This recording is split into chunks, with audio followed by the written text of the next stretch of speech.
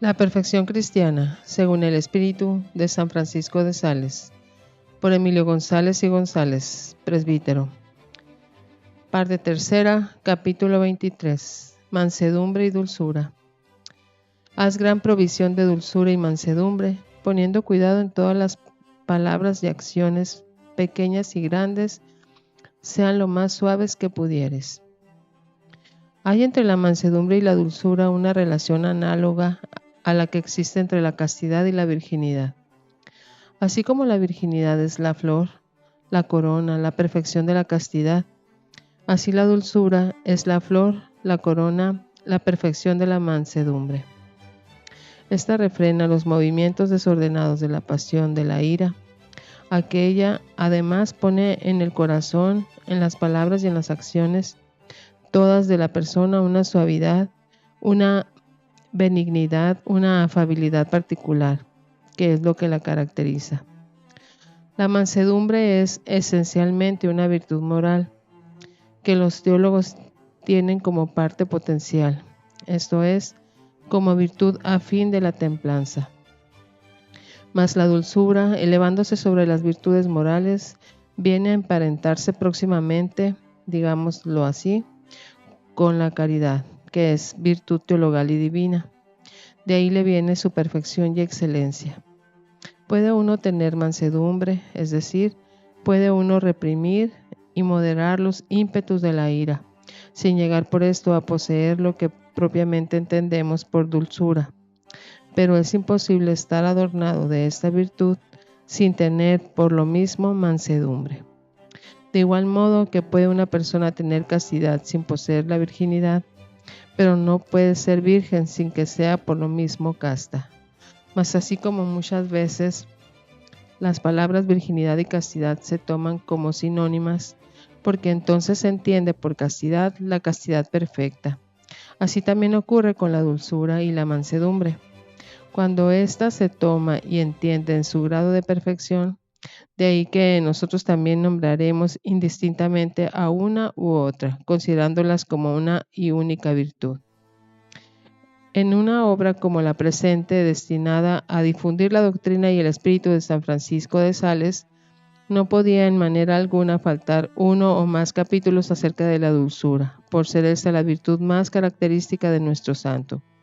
Así como San Pablo se distingue principalmente por su ardor apostólico, y San Juan Evangelista por su candor y pureza virginal, y San Francisco de Asís por su amor seráfico y sus desposorios con la santa pobreza, y San Bernardo y San Ligorio por su ferviente devoción a la Santísima Virgen, y Santa Teresa de Jesús por su oración extática, y San Pedro de Alcántara por su espíritu de penitencia. Así San Francisco de Sales descuella y es conocido singularmente por su dulzura. La dulzura, escribe uno de sus biógrafos, resume en algún modo toda la vida de este santo prelado, siendo esta virtud la que constituyó desde su infancia hasta que exhaló el último suspiro. Su carácter distintivo, si hizo tan grandes cosas, fue por el imperio de su dulzura. Sí convirtió a tantos pecadores y herejes, sí elevó a la perfección a tantas almas justas y consoló tantos corazones afligidos, fue por la unción de su dulzura. Finalmente, si los libros que compuso produjeron y siguen produciendo todos los días tanto fruto en la Iglesia, es porque la dulzura se manifiesta en todas sus páginas y parece haber escrito ella misma todas las líneas. La dulzura de este santo obispo no era esa dulzura falsa propia de la política mundana, que todo se reduce a algunas palabras artificiosas acompañadas de cierta suavidad postiza y de ciertas formas exteriores de cortesía, que tanto agradan a muchas gentes de sociedad, sino aquella otra dulzura verdadera e ingenua que parte del corazón y es como la flor de la caridad. Aquella dulzura que es buena porque ama, que nace de un alma llena de ternura, de indulgencia y misericordia, y que comunica al exterior una gracia delicada, sencilla y sin violencia, y un aire de cordialidad santa como es santo el efecto de donde procede. Tampoco era su dulzura esa melosidad empalagosa, que anda buscando palabras azucaradas y lisonjeras para agradar, que prodiga discretamente las caricias y que en la expresión del semblante, en los gestos, ademanes lleva marcado el sello de la sensiblería y la afectación. Era la dulzura de nuestro santo una dulzura noble, digna y majestuosa, acompañada de tal gravedad y modestia que infundía sentimientos de religiosidad, de amor y respeto a la vez, en los que eran testigos de ella. He conocido, dice Monseñor de Veley, a personas de calidad acostumbradas a hablar con príncipes y princesas que me han confesado que se presentaban con más compostura y atención delante del santo obispo que ante las más altas dignidades de la tierra. Tan llena de majestad estaba su dulzura. Esta virtud se manifestaba en su exterior por una benignidad de rostro, una afabilidad de maneras y una suavidad de lenguaje, que tornaba agradable todo lo que hacía o decía. No creo, declara Santa Juana Francisca de Chantal, que se pueda expresar con palabras aquella exquisita dulzura que Dios había derramado en su alma, en su rostro, en sus ojos y en sus palabras. No se ve nunca al obispo de Ginebra, decía el barón de Cussé, sino con un rostro tan amable y suave que derrama la devoción en el corazón.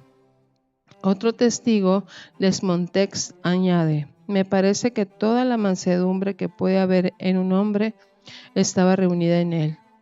Nunca podía cansarme de verle y de oírle. Tan dulce y tan agradable era, no ejecutando acción alguna ni pronunciando una sola palabra que no estuviera del todo empapada en la dulzura de nuestro Señor. Esto era lo que arrancaba del corazón y de los labios de San Vicente de Paúl esta exclamación: oh Dios mío, si Monseñor de Ginebra es tan bueno, ¿cuánto debéis serlo vos? La dulzura de San Francisco de Sales nunca veíase desmentida. Era dulce con todos y en todas las ocasiones. Lo era en el trato ordinario de la vida, lo era en las controversias con los herejes, en sus predicaciones a los fieles, en el gobierno y dirección de las almas. Lo era en la prosperidad y en la adversidad.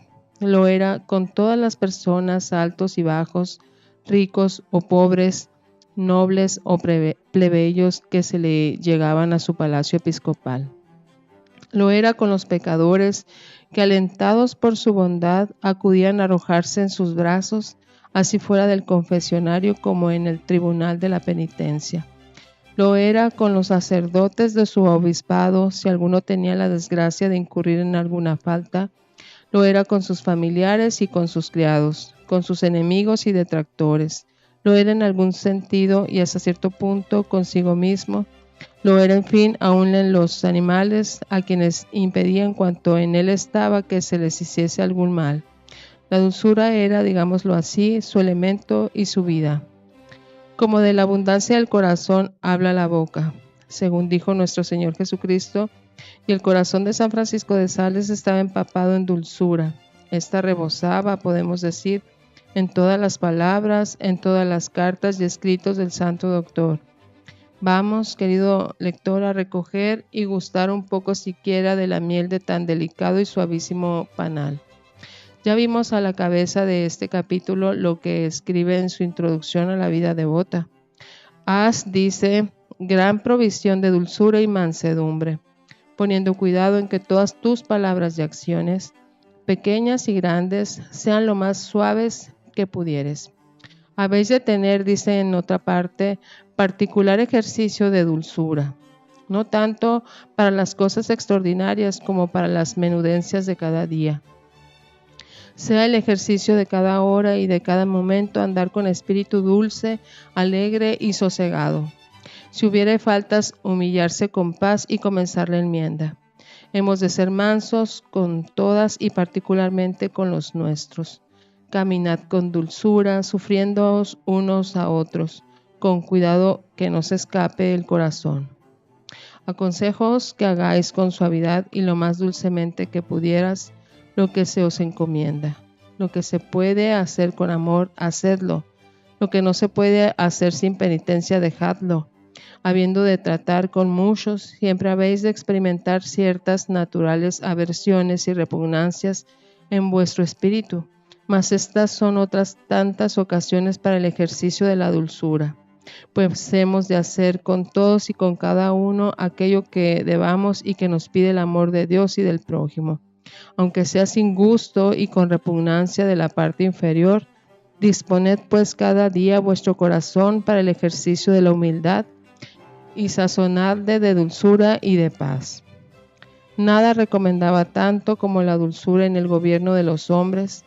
Sed, le decía al obispo de Velay, lo más dulce y suave que pudierais, y acordaos que más moscas se cogen con una cuchara de miel que con 100 barriles de vinagre.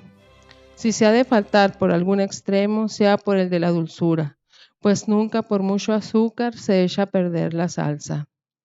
La condición del espíritu humano es así, añadía, se irrita con el rigor, pero a todo cede por la suavidad. La dulzura lo echa todo a pique, agria los corazones, engendra odio, y el bien que hace lo hace de tal mala gana que no se lo agradece. La dulzura, por el contrario, maneja el corazón del hombre a su voluntad y lo forma según sus designios. De ahí estas sentencias que tenía con frecuencia en la boca. Todo por amor, nada por fuerza. En las buenas ensaladas se debe poner más aceite que vinagre. Bienaventurados los corazones blandos, porque ellos no se romperán. Bienaventurados los mansos, porque ellos poseerán la tierra, es decir, serán dueños de los corazones, y todas las voluntades estarán en sus manos.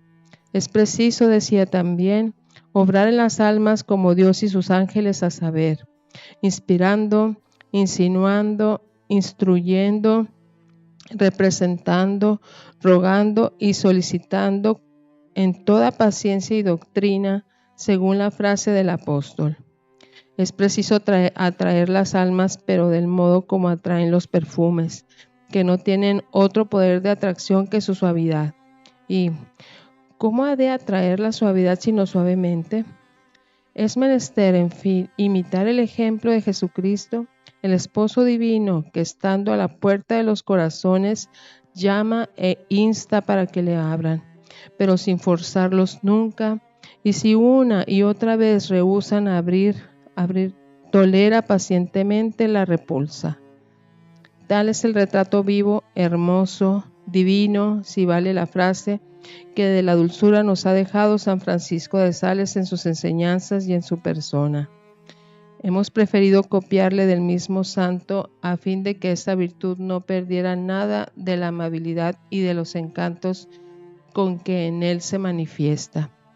¿Y cuáles han sido los frutos que ha producido la dulzura de este tan esclarecido varón? Ya lo indicamos en los comienzos de este capítulo. Los frutos de la dulzura de San Francisco de Sales han sido, para él mismo, una santidad eminente, una paz envidiable y las consolaciones más preciosas y más puras que pueda ansiar el corazón. Para la Iglesia, honrar, acreditar y hacer más amable, más accesible y atractiva la virtud cristiana. Reducir al seno del catolicismo cerca de 72,000 herejes, convertidos por la suave y poderosa eficacia de su dulzura, tanto o más que por la fuerza y abundancia de su doctrina. Rendir y volver a la vida de la gracia aún a los más obstinados pecadores, levantar a las alturas de la perfección a innumerables almas, establecer una ilustre orden religiosa, la orden de la Visitación, heredera de las virtudes y del espíritu de su santo fundador, y en fin, enriquecer el tesoro doctrinal de la ciencia sagrada con numerosos escritos llenos de sabiduría verdaderamente celestial, con los que ora expone con penetración, claridad y belleza sin igual los dogmas y misterios de nuestra santa fe. Ora enseña de la manera más sencilla y encantadora, más sólida y segura, más insinuante y delicada el camino de la vida espiritual, animando con misterioso atractivo a las almas todas para entrar en él. En esos admirables escritos que no respiran sino paz, suavidad, confianza, amor. Continúa San Francisco de Sales su misión providencial, ilustra, deleita, consuela, alienta, cautiva, enfervoriza. Oh, si nosotros tuviéramos la dulzura de este santo obispo, recogeríamos también para nosotros mismos y para los demás frutos análogos a los suyos, aunque no fuera en tan alto grado. ¿Por qué no la tenemos? ¿Por qué tal vez ni la procuramos siquiera? Los medios principales para alcanzar la virtud de la dulzura son la reflexión penetrándonos bien de la necesidad, de la excelencia y de las ventajas de la misma, así como de los malos efectos que produce el vicio opuesto. 2. La vigilancia sobre nosotros mismos para prevenir los encuentros y reprimir en caso necesario los primeros movimientos de ira que sintamos. 3. Pedir a Jesús con instancia haga nuestro corazón manso y dulce como el suyo, e invocar su nombre y el dulcísimo nombre de María en los momentos de alteración o de impaciencia. 4. Hablar y obrar dulcemente, yendo poco a poco, habituándonos a ello de una manera práctica, pues sabiendo es que las virtudes se adquieren y perfeccionan con el ejercicio. 5. Traer sobre este punto examen particular por todo el tiempo que fuere necesario. Finalmente, si a pesar de nuestros buenos deseos y propósitos faltamos a la dulzura, no nos turbemos ni nos desalentemos por ello, aunque tuviésemos la desgracia de recaer una y otra y muchas veces, humillémonos con paz, pidamos perdón a Dios, volvamos a pedir los divinos auxilios y a más de esto, reparemos lo más pronto que podamos nuestra falta, ya imponiéndonos nosotros mismos alguna penitencia, ya ejercitando algún acto de dulzura para con la misma persona contra quienes nos hubiéramos irritado, que haciéndolo así llegaremos al cabo a poseer en grado perfecto esta virtud, tan amable y tan deseable, tan estimada de Dios y tan grata y útil para los hombres. Ahora, lector carísimo, vamos a añadir aquí algunas consideraciones importantes para evitar que te formes de la virtud de la dulzura un concepto menos verdadero y exacto. Ya dijimos que no era la dulzura cristiana esa afabilidad superficial y meramente exterior que se usa entre las gentes del mundo, ni aquella otra melosa y afectada que suelen mostrar algunos. Tampoco es la dulzura esa cualidad de ciertas personas que son quietas, sosegadas y apacibles, no por virtud, no por un motivo sobrenatural, ni siquiera por un acto deliberado de su voluntad, sino por naturaleza, por efecto de un temperamento flemático que las hace casi incapaces de alterarse o irritarse. Muy lejos estaba de ser así la dulzura de San Francisco de Sales. Esta no le era ni mucho menos connatural o innata, antes bien, como ya hemos dicho en otro lugar, él era de temperamento muy sanguíneo, naturalmente vivo, impaciente y colérico. Si llegó a ser tan dulce con todos, fue a fuerza de orar, de vigilar, de combatir y vencerse a sí mismo. Un día, habiéndose visto obligado a negar a un caballero un favor que le pedía, este comenzó a insultarle e injuriarle de la manera más indigna. El santo obispo solo opuso a tales injurias e insultos el silencio y la paciencia más admirables. Después que hubo salido de la estancia aquel sujeto, un hermano del santo que había presenciado la escena le preguntó: ¿Cómo no has respondido según lo merecía ese hombre desvergonzado? ¿Cómo has podido permanecer impasible ante tales insolencias? Dime, ¿no has experimentado dentro de ti, cuando te insultaba, ningún sentimiento de ira y de indignación? ¿Acaso permanecía tu interior tan tranquilo y sosegado como te mostrabas por fuera? Entonces el santo prelado respondió: ¿Quieres que te hable con sinceridad? No solo en esta ocasión, sino en otras muchas, siento hervir la cólera en mi cerebro como hierve el agua en una vasija puesta al fuego. Pero contando con la ayuda de Dios, moriré antes que faltar a la resolución que tengo formada de adquirir a todo trance la virtud de la dulzura. No he querido desparramar en un momento el corto caudal de mansedumbre que hace muchos años vengo recogiendo como precioso rocío en el vaso de mi corazón. Este ejemplo te demostrará, alma devota, que la virtud, como su nombre lo indica, supone ordinariamente esfuerzo y combate, y que no has de renunciar a la adquisición de la dulzura, aunque sientas dentro de ti gran dificultad y repugnancia en el ejercicio de la misma. También, como ves, la sintieron los santos. Si fueras naturalmente como esas y otras personas que dijimos, de un temperamento sosegado y apacible, para que tus actos de mansedumbre y dulzura sean verdaderamente virtuosos y meritorios, procura realizarlos no maquinal e instintivamente, por virtud de ese hábito o condición natural, sino obrando en cuanto te sea posible con actual advertencia y con una entera deliberación y elección de tu voluntad, queriendo positivamente hacer tales actos y moviéndote a practicarlos por algún fin o intención sobrenatural. De esta suerte, elevada la naturaleza y perfeccionada por la gracia, lograrás que tus obras sean obras sobrenaturales, saludables y merecedoras de la vida eterna. Tampoco has de confundir la dulzura con la blandura o debilidad de carácter.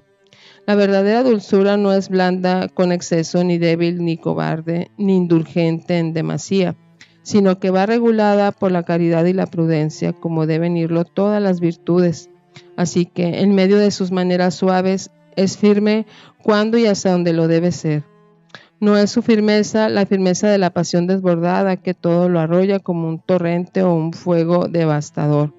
Es la firmeza de la voluntad cristiana, dueña de sí misma, ordenada y apacible, guiada por la luz de la razón, recta y serena, e ilustrada por la fe. No es su firmeza la firmeza del rompeolas que arrogantemente opone a las embestidas de las aguas un ingente dique de piedra inconmovible. Es la firmeza suave y tranquila de la playa ante la cual se desvanece como por encanto el oleaje de un mar embravecido, lamiendo mansamente sus arenas.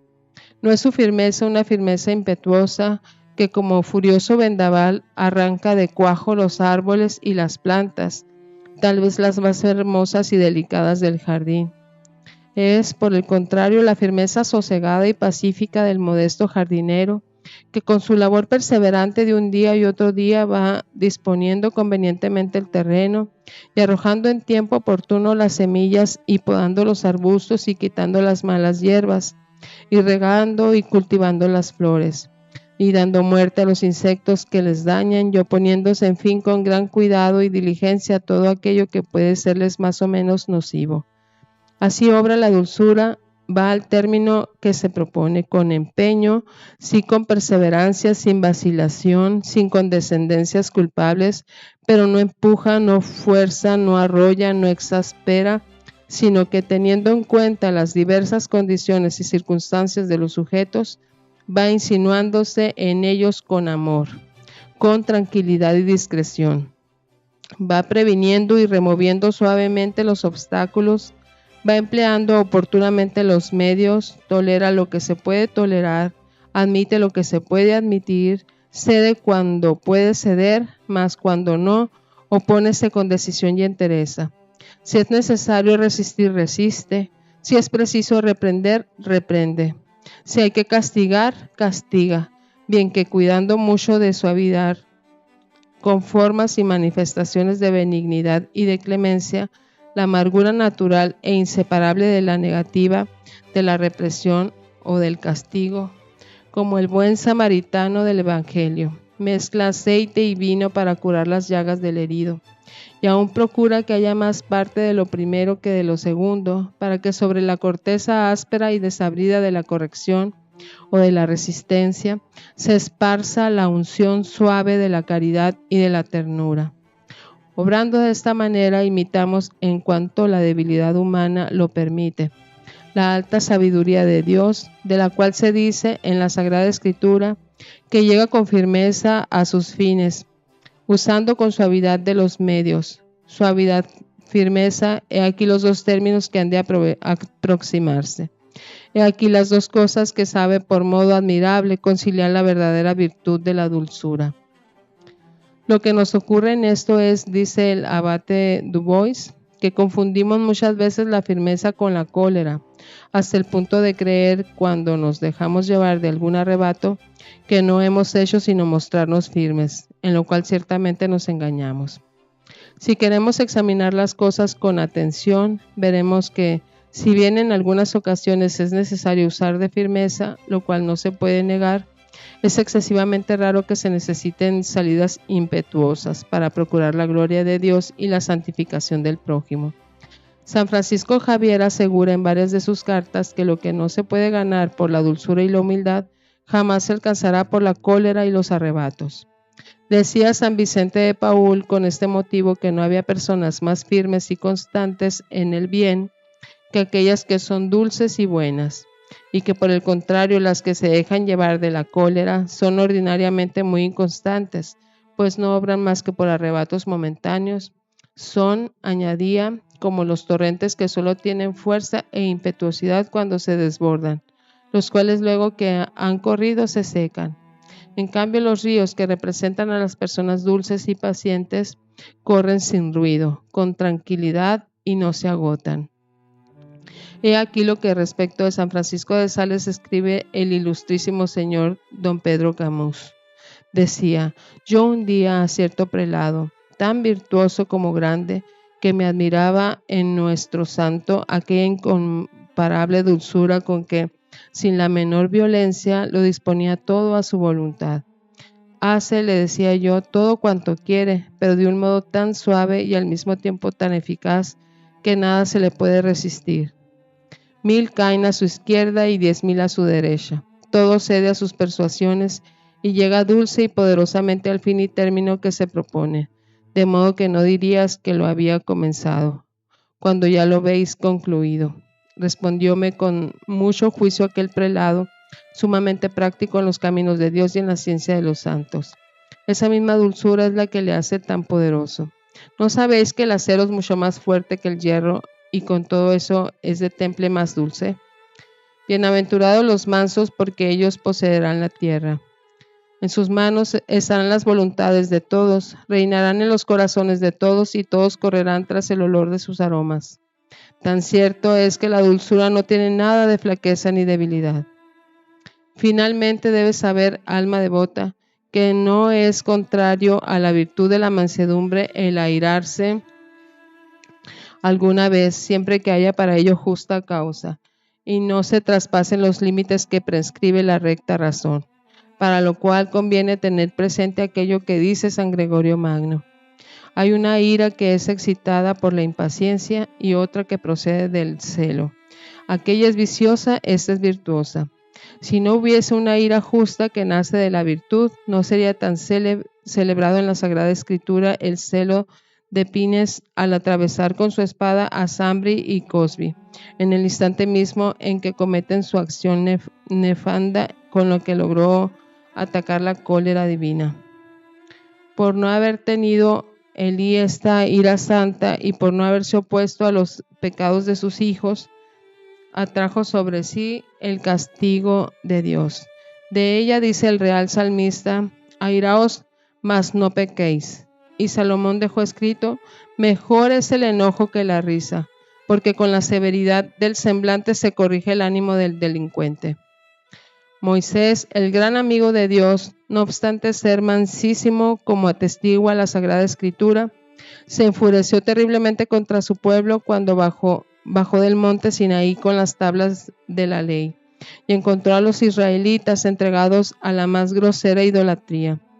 El gran apóstol San Pablo, según se desprende de sus mismas epístolas, se mostró enojado en distintas ocasiones, y nuestro mismo Salvador, que por su mansedumbre quiso ser llamado el Cordero de Dios y que nos mandó aprendiésemos de él a ser mansos y humildes de corazón, llenóse algunas veces de indignación a la vista de la hipocresía y malicia de los fariseos.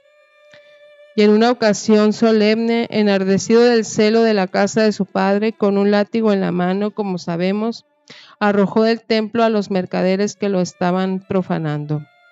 Por aquí vemos que hay en efecto una ira buena y virtuosa, hija del celo de la gloria de Dios, la cual conviene principalmente a aquellos a quienes incumbe el cuidado de impedir los pecados de los demás. La dificultad está en discernir cuando esa ira es justa, cuando es conforme a los dictados de la recta razón, para que no se destruya en nosotros la virtud de la mansedumbre. Porque nada más fácil que excederse de los justos límites, sobre todo en sujetos de virtud poco sólida y perfecta. en cuyo caso, lejos de ser ya ira provechosa, es perjudicial. Es ira del hombre, la cual, como dice el apóstol Santiago, no puede en manera alguna obrar la justicia de Dios. Teóricamente hablando, son claras y precisas las reglas que dan los moralistas siguiendo al doctor Angélico para determinar cuando la ira es racional. Pero en la práctica tales reglas son de muy difícil aplicación. Los santos y sobre todo el santo de los santos, nuestro Señor Jesucristo, supieron hacer un recto uso de la ira santa porque tenían un entero dominio de sus pasiones y en todo se conducían y gobernaban bajo el influjo de la inspiración y de la emoción divinas. Ellos podían airarse sin peligro porque el mismo espíritu que los impulsaba a tales actos contenía a la vez la rienda de su justa cólera, para que no traspasase los límites que les habían señalado.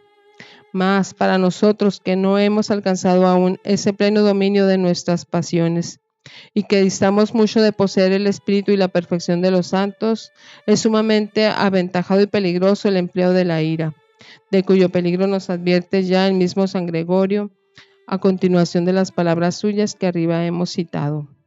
Hallábase enfermo Santo Tomás de Aquino en el monasterio de Fosanueva de la Orden del Císter, donde murió, y habiéndole pedido los religiosos que les hiciese una breve exposición del sagrado libro del Cantar de los Cantares, a imitación de San Bernardo, el angélico doctor le respondió con la más profunda humildad, revelando al mismo tiempo en su respuesta aquella clara penetración de su inteligencia que le distinguía.